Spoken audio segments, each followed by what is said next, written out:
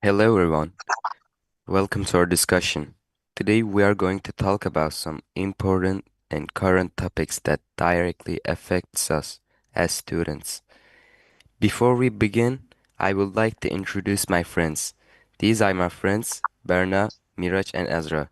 They will share their opinions and answer some questions during our discussion. Let's start with our first topic. Topic 1: AI. Will it help replace students or help them? Artificial intelligence is becoming a big part of our daily lives. Many students use AI tools for homework, research, and learning. Some people think it is helpful, while others believe it's dangerous. So let's explore different perspectives. First question is to Miraj, and do you think AI is helpful for students or is it dangerous? Why? I think AI can be very helpful if we use it correctly. For example, when I don't understand a topic, AI can explain it in a simpler way. It saves time and helps me study more efficiently. However, I also believe that if students copy everything from AI without thinking, it becomes dangerous. The problem is not AI itself, but how we use it. If we use it as support, it's positive. If we depend on it too much, it can reduce our critical thinking skills. Thank you for that balanced opinion. Now let's look at more critical perspective. Our second question is to Berna. Do you think using AI for homework reduces students' creativity and critical thinking? In my opinion, all can make students lazy. Many students already use all to write easy or do homework without understanding the topic. If we stop thinking for ourselves, we will lose creativity. School is not only about finishing homework, it is about developing our minds. If all does everything for us, what is the point of learning? I think schools should control all use carefully. By the way, Berna, it's not pronounced all, it's pronounced AI, but it's not a problem. It's an interesting point though. But what about the future? Let's think long term. In the future, will knowing how to AI be an important skill for the students, Azra? I see AI as part of the future. In many jobs, people will use AI tools, so maybe learning how to use AI is actually a skill. Instead of banning it, schools should teach students how to use it responsibly. AI will not replace students, but students who know how to use AI may replace those who don't. As we can see, AI has both risks and opportunities. Let's move to our second topic. Our second topic is social media is changing our brains. Almost all of us use social media every day. It connects us, entertains us, and informs us. But many experts say it also affects our brain, attention span, and mental health. Let's hear different opinions. Our first question to Berna. Do you think social media affects our attention span and focus? I think social media definitely affects our attention span. Short videos make it harder to focus on long tasks. Sometimes I open my phone just for 5 minutes and suddenly 1 hour passes. It reduces productivity. However, I also think self control is important.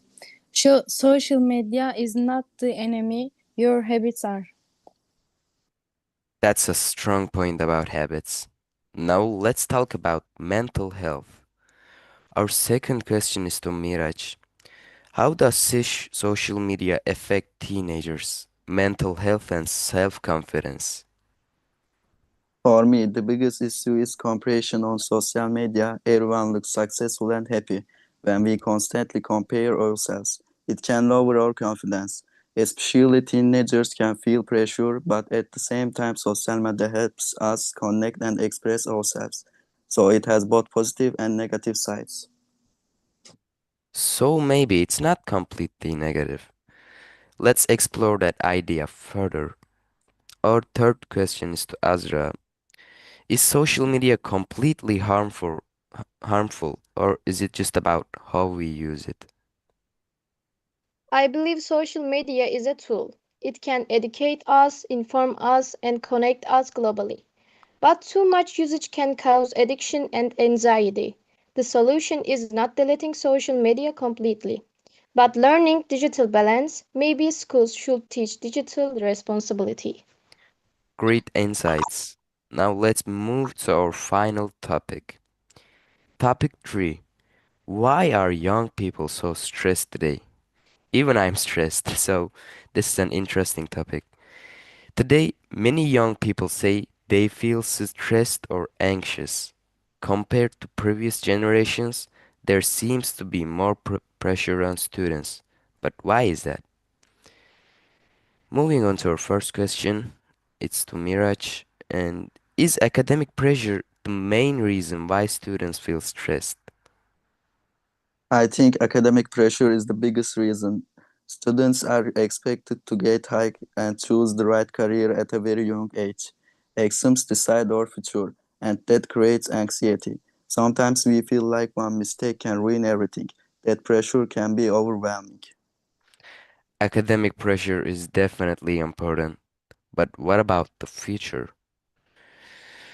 Question 2, this question goes to Berna.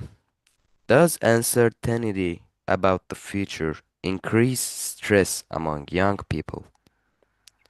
I believe uncertainty about the future is the main cause. Technology is changing jobs and the economy is unstable. Many young people are afraid they won't find secure jobs. This fear creates long-term stress. Compared to the past, the future feels less predictable.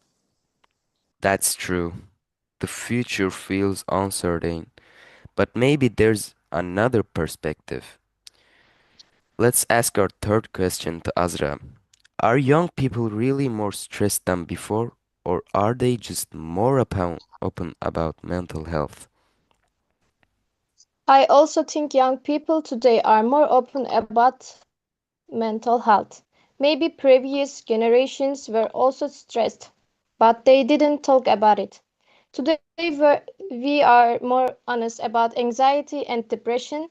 That's actually a positive change, even if it makes stress more visible. Thank you everyone for listening to our discussion. As we can see, all these topics have different perspectives. There's no single correct answer. What really matters is being aware, thinking critically, and finding balance in our lives. We hope this discussion made you think. Thank you again and have a great day.